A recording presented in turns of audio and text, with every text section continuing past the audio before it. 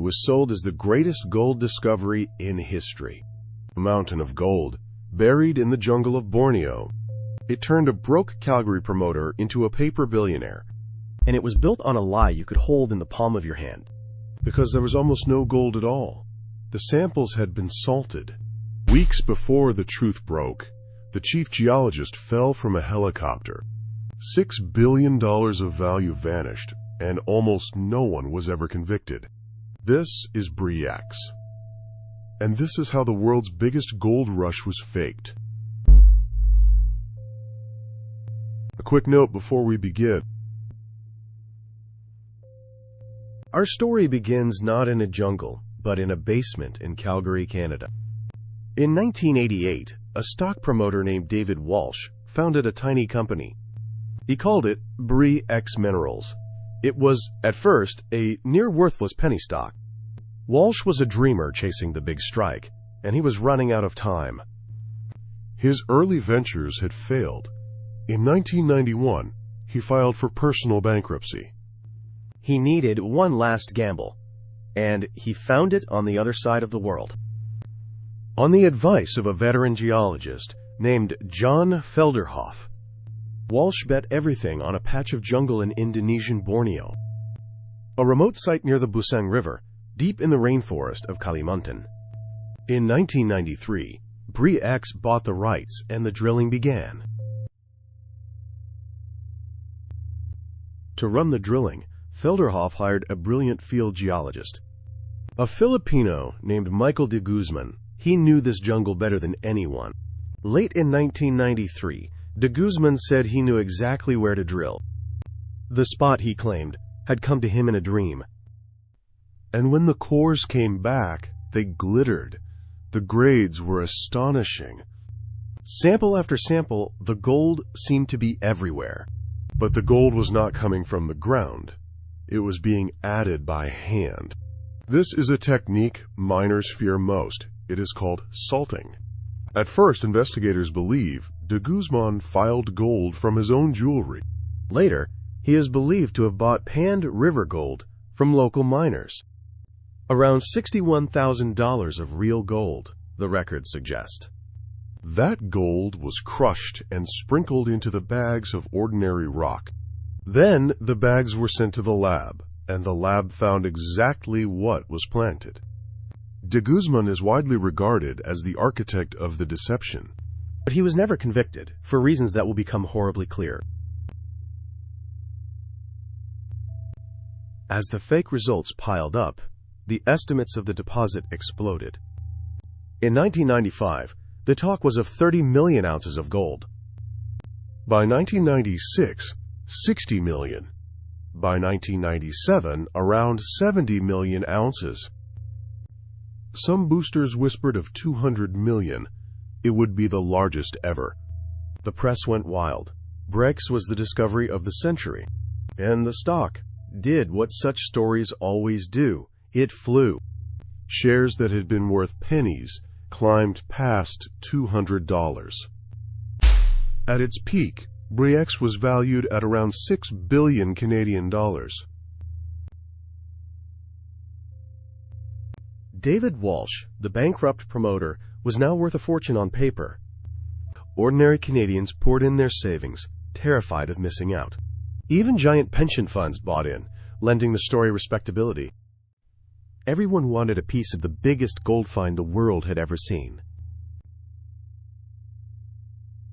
A prize this size could not stay with a tiny Calgary firm for long. The mining giants of the world began to circle Busang. And this was Indonesia, in 1997, under the rule of President Suharto.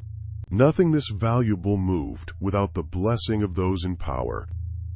Suharto's family and cronies fought over who would share the gold. A timber tycoon close to the president helped broker the carve-up. In the end, a deal was struck with the American miner Freeport-McMoRan. Freeport would run the mine. Bre-X kept the largest single share. But before pouring in billions, Freeport did the one thing no one had. It sent its own geologists to drill their own holes and check the gold. As Freeport began to test the rock, something changed at the camp. Michael de Guzman was summoned to meet the due diligence team. On the 19th of March, 1997, he boarded a helicopter in the jungle. 20 minutes into the flight, a door opened, and Michael de Guzman was gone, falling hundreds of feet into the canopy. A search party combed the rainforest for days.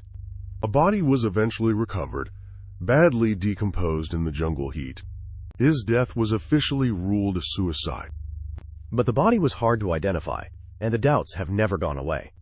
To this day, some insist he was murdered, others that he escaped. Whatever the truth, the one man who knew everything could no longer speak.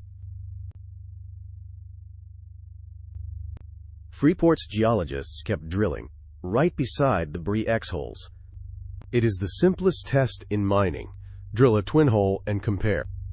If the gold is real, both holes should find it. Freeport's cores came up as plain, gray, ordinary rock. There was no mountain of gold. There was barely any gold at all. An independent auditor, Strathcona, was called in to settle it. On the 4th of May, 1997, its report landed like a hammer. The samples it found had been deliberately salted with gold dust. Strathcona called it a fraud without precedent in the history of mining.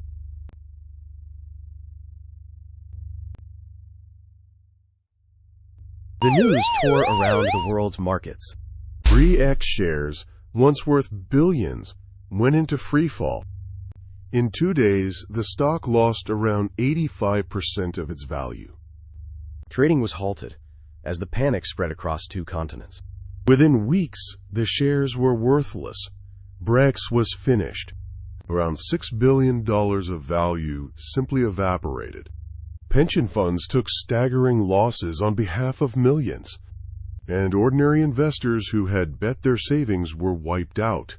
Where the greatest mine on Earth was meant to rise, there was only a muddy jungle clearing and silence. So who paid for the biggest mining fraud in history? Astonishingly, almost no one. Michael de Guzman, the man at the center of it, was already dead. In 1998, David Walsh died of a brain aneurysm. He was 52. The Canadian police investigated for years, then closed the case. No criminal charges were ever laid against anyone. Only the geologist John Felderhof ever faced a court on securities charges brought by Ontario's regulator. In 2007, after a long trial, he was acquitted on every count. The judge accepted he had genuinely believed the gold was real. And so the largest gold fraud ever ended with no one convicted. Its deepest legacy was written into the rulebook. Canada overhauled how mining finds must be proven and disclosed, so that a salted sample could never fool the markets so completely again. So what does Bre-X leave us with? First, a great story can outrun the evidence for years. Everyone wanted the gold to be real, so almost no one checked. Second, the simplest test is often the one nobody runs. One honest twin hole undid a $6 billion illusion. Third, when a fraud is huge enough, the guilty can slip away entirely. Death and doubt left the biggest gold scam in history unpunished, but the savings of ordinary people did not come back. On the fraud terrain, we follow the money and we expose the fraud. If this story gripped you, subscribe and tell us which case we should uncover next.